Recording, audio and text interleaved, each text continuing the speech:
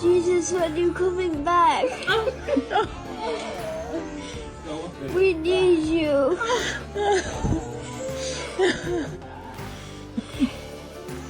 I need you. I miss you, Jesus. So thank you for joining us. I want to get into this story. This is interesting. My friend Colin Rogue, he posted this just yesterday, and I was blown away when I saw this, and I think you will be as well. I want to unpack it for you just a little bit, and maybe get you up in your feels, make you feel good about the world you live in, and maybe the eternity that you are expecting. So he says a child claimed to see his deceased father and Jesus after getting into a skateboarding accident. His name is Kason. He's crying, staring up at the ceiling in his hospital bed. Now, his father had passed away from cancer 3 years prior. And I want you to listen to what he says. Don't get caught up in the background noise. Don't get caught up in the laughter of joy that the mom and the nurse are having, because they're just thankful that the boy is okay. But listen to the revelation coming out of his mouth. Watch this clip. Yeah.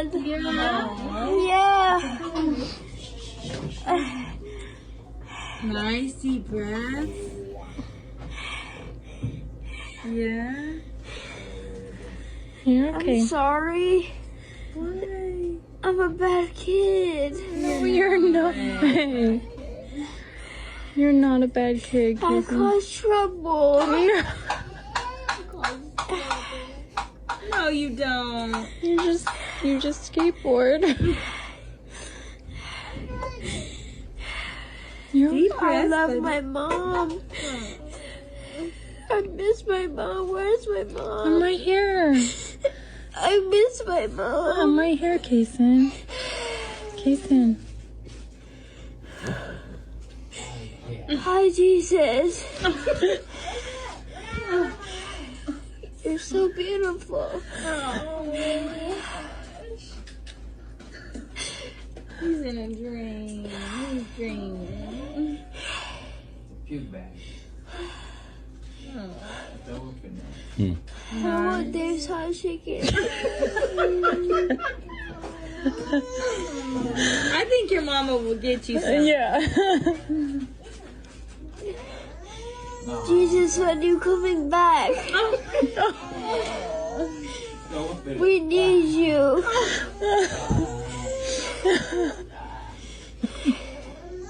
I need you. Oh my God. I miss you, Jesus. I miss you. Dad, you're so pretty. Hi, Dad. Do you see me skateboarding? His dad passed away a year ago. Oh my God. You're so pretty. You're so pretty. It's okay. Mom loves you, Dad. She tells you all the time. I love Mom and Mom loves you, Dad.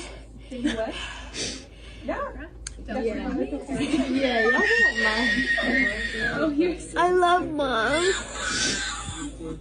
My mom's the best. She's the best mom ever. You're heavier with the car seat. You're doing so good, Kason. That's not my name. Let's stop it right there.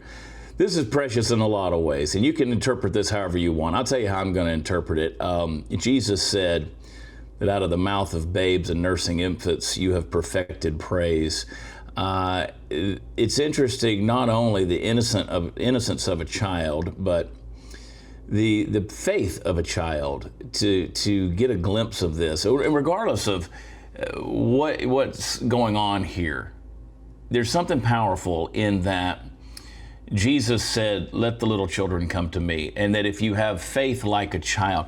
And when I watch this, you know, you ever see something that just kind of stops you cold, like your whole heart just hits the brakes, and you're like, you know, what did this kid just say?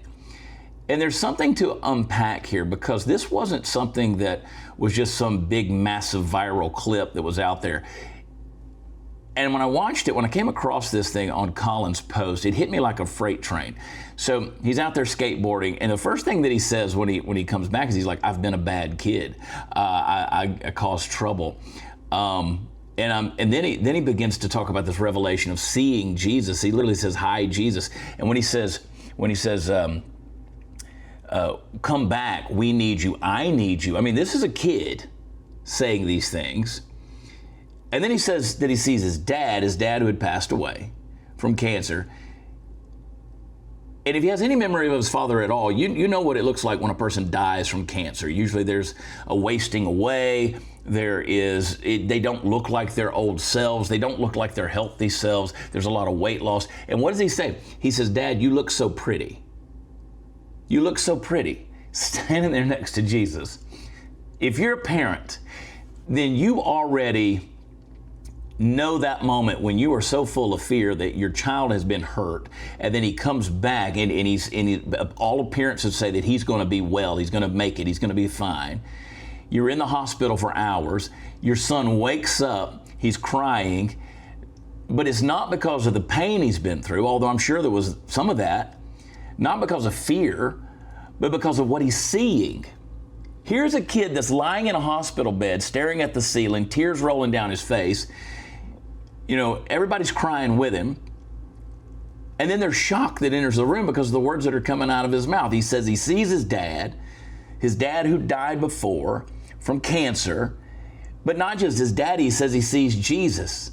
Now, you can't script this, and you can explain it away all you want, but there are some nuances to this video that are very compelling, because he doesn't just wake up from an accident and talking out of his head like he's drugged, like you've just gotten your wisdom teeth taken out. He doesn't just make up some hallmark vision of heaven. Kids don't just invent these moments, not when their body's in pain, their mind's foggy, their spirit's a little raw. This wasn't his imagination. I'm convinced he was seeing something. This was a revelation. And if you believe your Bible, when it talks about how God does reveal himself to children, and he wants children to come to him, and the simplicity of a child's faith, not a childish faith, but a childlike faith. Here's the thing. You can feel it when it's real. You can feel it deep in your bones, like somebody brushed up against your soul and just kind of whispers, "Pay attention." And I think we should with this video, because this was actually his mother's coworker, I think, who had shared this story. And she said that Kaysen had been asleep for hours. He woke up, and first thing he says he saw is Jesus. Now that gets me. That gets me. I mean, there's tears that come to my eye when I watch this. And if you don't see this, regardless of what's happening here, and it gets you in the heart, in your emotions, in your soul, then you've got some problems with your feelers. Because I think maybe, and just hear my thoughts on this for a second, I think that we try so hard to make God complicated. We theologize, we debate, we disagree, we categorize, we dissect, but this kid opened his eyes and he saw. He cried. And honestly, I think a vision like that makes you weep. I think heaven makes you weep, not because it's sad, but because it's too much goodness for our little earth-worn hearts to carry. We're worn out, man. We're tired. And this kid, he sees it. And so, we live in this world where, we roll our eyes at stories like this because the immediate thing that comes to our head is doubt. We live in a world that's real comfortable with sarcasm and suspicion and deeply uncomfortable with mystery.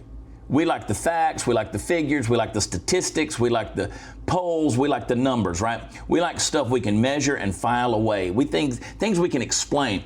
You start talking about visions and angels and Jesus showing up in a hospital room, and people are going to think you've lost your grip. But see, that's the problem. We've gotten so used to surviving that we've forgotten how to wonder. In fact, they've done studies that said that most children, and this was a study done back in the 90s, said that most children lose their sense of wonder by the age of 7. In this age of screens and social media and constant bombardment of information, I think it's probably a lot younger than that. We've all lost our sense of wonder. We've gotten so used to burying our dead and bottling up our pain that we've stopped believing that God might sometimes still reveal himself and break through the veil and show up, still speak, still give a child. a glimpse of what's to come. And I took heart in this, especially in light of the tragic floods that have happened, particularly in Texas, in Kerrville, in Kerr County, Texas, when all of those children were literally swept away in a moment. There was enough water that came through that valley, that canyon valley there in Kerrville, Texas, that is the equivalent, just in a matter of like an hour, there was enough water that came through there that day that was the equivalent of 2 days worth of volume of water that goes over Niagara Falls. Billions upon billions of gallons of water swept away. And our hearts have been broken over these children. But is there a God that cares for children? Is there a God that reveals himself for children? Is there a God who shows mercy on these children? Because I don't think Carson here laying in that hospital bed, I don't think he was writing a sermon here. He wasn't preaching a podcast. He wasn't posting something clever. He just looked up and he saw what every aching heart among us hopes is true. That death doesn't get the last word. That cancer didn't steal his father from him forever. That Jesus is real. There's a real living Jesus who is who he says he is. And let's talk about that dad for a second. Before I let you go, he's gone. Cancer, gut punch on everybody. And you know exactly what that feels like because you've watched someone you love wither away. You've maybe experienced it yourself. To pray the kind of desperate prayers that feel like they're bouncing off the ceiling to ask why, and 1,000 times never get an answer. But in that moment on that hospital bed, it's like God said, I didn't ignore you. I didn't forget. He's here. He's with me. And to use Kason's words, he's pretty. Now I want you to imagine Kason, this little boy, broken body and all, staring through the hospital ceiling into a reality that we say we believe in, but so rarely see. And his dad's there, and Jesus is there. Now, you tell me that doesn't shake something loose inside of you. You tell me that doesn't flip the script on every lie that this world tries to sell us and tell us, and that it's all random, that it's all meaningless. We're just a product of time and slime, all suffering with no resolution and no hope, because this little boy saw with eyes that our hearts have been aching. He saw what we've been aching to believe, and that is that there's more. That our stories don't end in the dirt, that the God who made the stars still shows up beside a hospital bed. This kid has got one foot on a gurney and another toe dipped into heaven. And there's something else I want to say about this, especially to the parents out there that are listening. Don't underestimate what your kids can carry. Don't underestimate what's getting planted in their hearts. Because Kason didn't just invent Jesus out of nowhere in this moment. That name had already been placed inside him. That truth had already been sown, whether it was through church or bedtime prayers or hearing his mama cry out to God in the dark. He knew who to look for. He knew the name. He recognized the face. And in his moment of need, Jesus was there. And that ought to change the way we talk to our kids. That ought to change what we prioritize. Because when the world flips upside down, and it will, you want your child to know who holds it together. You want them in that moment to look for Jesus. Now, I don't know what you're going through today. Maybe you're one of the ones who's fallen off your skateboard. And maybe your skateboard accident doesn't look like a scraped knee or concussions. Maybe it looks like a divorce or depression or a tragedy and loss so heavy that you haven't even said it out loud yet. And maybe you're lying there in your own version of a hospital bed wondering if anybody sees you. So let me tell you something. He sees you. Jesus is not scared of your mess. He's not intimidated by your pain. And just like he showed up for Kason, he can show up for you. He still does it, folks. He's not a fairy tale. He's not a bedtime story. Jesus is real. He's the King of glory. He walks into hospital rooms. He meets children in their visions. He's there in the middle of the storms and the floods and the raging tragedy, and he brings peace to mothers whose hearts are breaking. He carries the souls of fathers that are lost too soon. And he whispers to a world that's forgotten how to hope, I'm still here. So don't let the noise drown it out. Don't let the chaos convince you otherwise, and don't you let that cynicism steal your wonder, because heaven's real, folks, and sometimes God just lets us see it through the eyes of a child. That's it. That's the story. No punchline, no spin, just a boy, a fall, a hospital room, and a Savior who still shows up, and a dad who is right there waiting. I think what we need to do is look up a little more often, and maybe we'd see him too. Woo, it gets me. It gets me, folks, and I'm proud that it gets me because it lets me know I'm alive. And it lets me know that there's a good chance I'm going to be alive for eternity, and I hope you will be too. I love you guys. Thanks for joining us today. Pray for little Case and pray for more revelation in our own lives that we'll get back that sense of wonder and understand the reality that oftentimes we can't see. There's eternity in our hearts, folks. Let us out. Thank you for joining us on the Chad Prather Show. Don't forget to hit the big episodes Monday through Thursday at 2, 1 Central. We go live on all the places, and check us out where podcasts are offered. It's always there. You can go back and listen to it. Know that I love you. God bless you. And let's see through the ceiling to eternity. I'll talk to you next time. Bye.